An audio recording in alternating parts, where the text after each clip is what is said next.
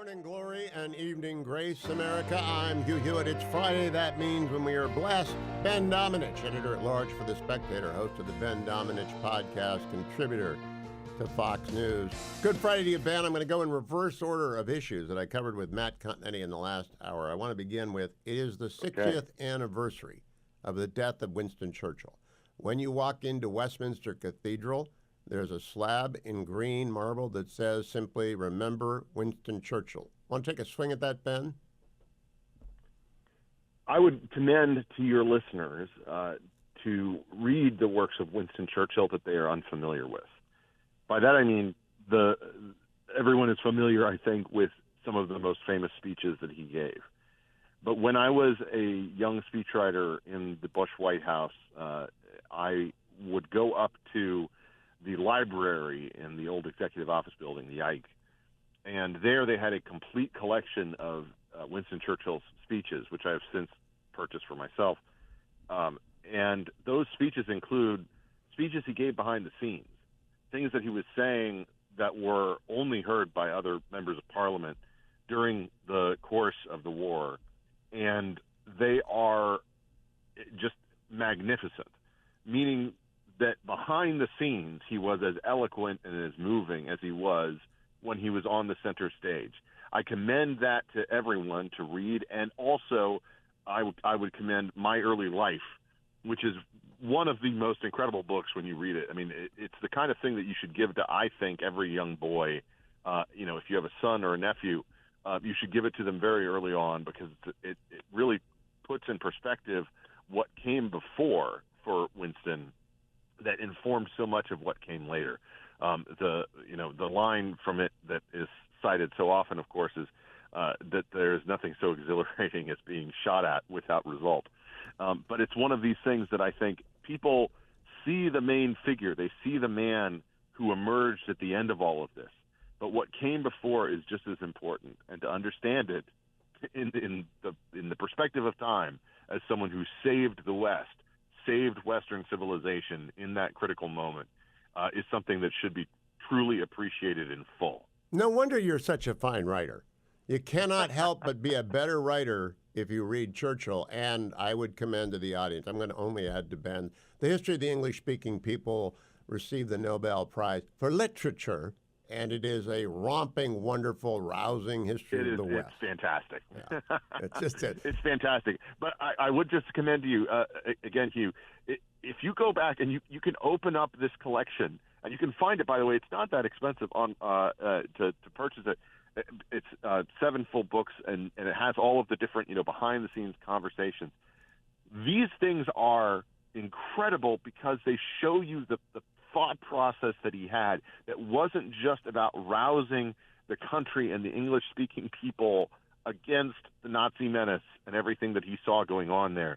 It was also something where behind the scenes he is working the people around him, understanding how difficult a position that they are in. And to me, that is just a primer in political engagement that is unparalleled. I can't add to that. That is a great way to remember Winston Churchill on the 60th anniversary of his death. Second topic, Benjamin Netanyahu. We are on the eve of what will almost certainly be a Hamas betrayal. We're used to it. The Israelis might accept that betrayal. But I want to focus on Prime Minister Netanyahu, who, as Matt Continetti says, Churchillian in his own right. How do you think he has waged the war since he was surprised, as was the IDF on 10/7? I think he has waged it as a war of survival because he understands how critical it is. This is a moment for Israel where they had to respond in the way that they did, despite the fact that they were not getting the support that they needed from their most critical Western ally. The Biden administration did everything that they could to undermine them. Over and over again, they viewed this through the lens of domestic politics in a way that I think was deeply inappropriate and wrong. But I think that Netanyahu has stood strong. I think that he has gotten to this point because of standing strong. But there are also, I think, enormous pressures on them going forward and questions about what they are going to do next in terms of this reestablishment, quite frankly, of Hamas as the leaders in Gaza in a way that I believe to be unacceptable, and I think that they think that way too. So what he he does now and where he goes from here is going to require, I think, a deft touch from this new administration. The people who are in positions there are people who I have confidence in, particularly Marco Rubio, when it comes to the Israel question. And that's something that I think, is a positive for them. But again, it requires a deft touch to navigate through this, in a way that frankly leverages the relationships that Donald Trump established in his first administration with a number of different countries in the Middle East. That was a massive change from what we had seen before. Now, Ben, we turn to the president, President Trump. A near perfect first week. And I want you to tell me your favorite thing he did and the favorite thing he said and the worst. I'll go first. Favorite is the inaugural address, the Golden Age speech. Favorite thing he did is the DEI-EO, which restores constitutional order. And I'm not sure he did this, but I'm going to find out. They've withdrawn Secret Service protection from Secretary of State Pompeo. And I believe the active Iranian threat is still there. That dance on the edge of a cliff. He's my friend, but more importantly, it makes America look weak. It makes Donald Trump look terribly, terribly indifferent to the security of someone who served him well, even if they have their disagreements. What do you think about best thing he said, best thing he did, and first false start? So I'll actually agree with you on that, but I'll find a different subject for the worst thing that he did. The best thing, frankly, the thing that made me laugh the most was dancing to YMCA with the sword in his hand. That's a different category. It was hilarious. I saw it on my phone as I was walking through the frigid streets of Washington D.C. All the way from downtown almost to Georgetown in order to get an Uber back home because unfortunately a scattered producer had forgotten to book a car for me. So I watched it and I bust out laughing because it was just hilarious. I actually think that these executive orders related to the border are a phenomenal shift, and as big of a shift as perhaps we've ever seen on an issue. Did you see the Marines deploy today? That's worth $1 billion of budget.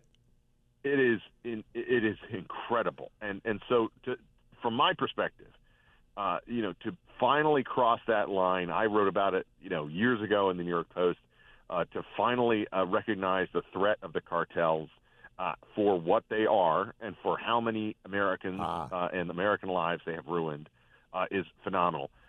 For the worst thing, I agree with you. Like I said, let me just pick one other thing, though.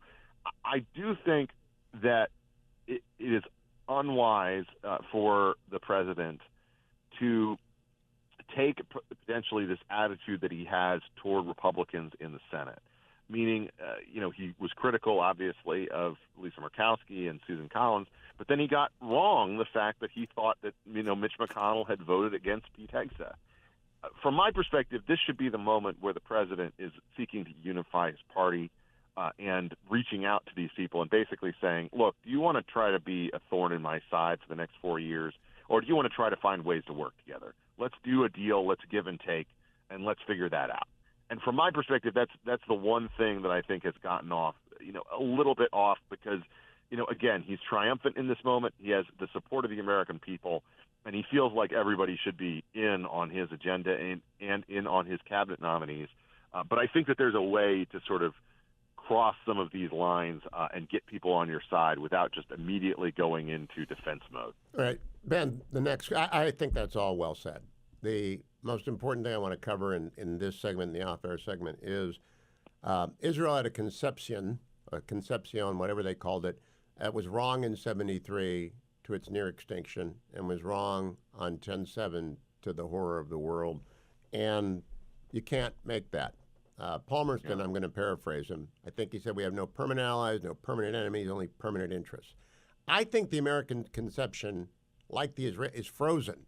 Frozen that we can't do anything about the Panama Canal because we have a treaty, forgetting that Carter canceled the treaty with Taiwan and Goldwater sued and the Supreme Court said go away, and forgetting that NATO was supposed to be joint, not a ward of the state, and they haven't carried their load, and I want to exempt out Poland and a few others. Do you think there are big flaws, blind spots in the American conception? I do think that there are, and I also think that, unfortunately, Hugh, we are dealing with a cadre of people who primarily see American foreign policy through the lens of the last 25 years. Yes. Which is not, again, not to say that that's wrong. It's more that it's limited. You are not seeing it in the bigger picture. And because of that, I think that is a limiting focus. It's one that is primarily, and even someone as brilliant as J.D. Vance, I think, can suffer from the fact that, they view things through the lens of the Iraq War, of Afghanistan, of the decisions that we've made related to the last 20 to 25 years. We need to have a broader perspective. I'm going to ask Ben Domenech one more question during the break. I'll put it on my podcast, put it over at YouTube. I'm back with Ben Domenech. Ben, I have a group of very smart law students this semester, but I was kind of stunned. None of them knew that Jimmy Carter had abrogated the treaty with Taiwan in 1977. Goldwater sued, and the Supreme Court said, off with you, it's up to the president. None of them knew that George H.W. Bush ordered the invasion of Panama. And so I just... Oh, that's more depressing. They're Gen Zers. Every one of them is a Gen Zer. And so that happened in 1989 to early 1990. That's before they were born by 5 years. It's ancient, dusty history. So I think people just have to realize when Trump says to Panama, you're not honoring the deal, it's up to him to abrogate that treaty. That's settled law. And if he wants to take it back, he can. I'm not sure it's a good idea. I'll probably argue it isn't, but he could. Well, I think it is. I think it's a good idea. But here's what. Look, I have a unique perspective on this only because my father grew up in the Panama Canal Zone and was in fact subject to the protests, the student protests. I did not know that. I knew your father-in-law was born there, but I didn't know my father-in-law was born there. My father grew up there. By the way, Hugh, do you know how those protests started? No. So those protests started because, of all things, there was an American high school that was there in Panama, and it had two flags over it. It had a Panama flag, and it had an American flag. And some students with gumption, teenage boys, brave Americans, decided that they didn't like the fact that there was a Panama flag there, and they tore it down. And then they put it back up, of course, and they had to apologize to the locals and that kind of thing. And then the Panamanian students showed up about a couple of weeks later with designs on tearing the American flag down, except the other students found out about it in advance and met them with force. They're like the Fighting Irish meeting the Ku Klux Klan, which I learned about this week. I didn't know that's where their name came from. And that became this explosive thing. And then, before you knew it, people were taking pot shots at American military soldiers. So anyway, look, I think that one of the things that we need to understand about this administration is that, this is Donald Trump doing everything that he wants to do and doing it rapidly. And it's an understanding on their part, I think, especially among Susie Wiles and the top brass there, that you've got 18 months to advance your agenda, realistically, before things, could potentially go sideways in the midterms and you've got all sorts of new challenges and you effectively become a lame duck, as any president would in their second term.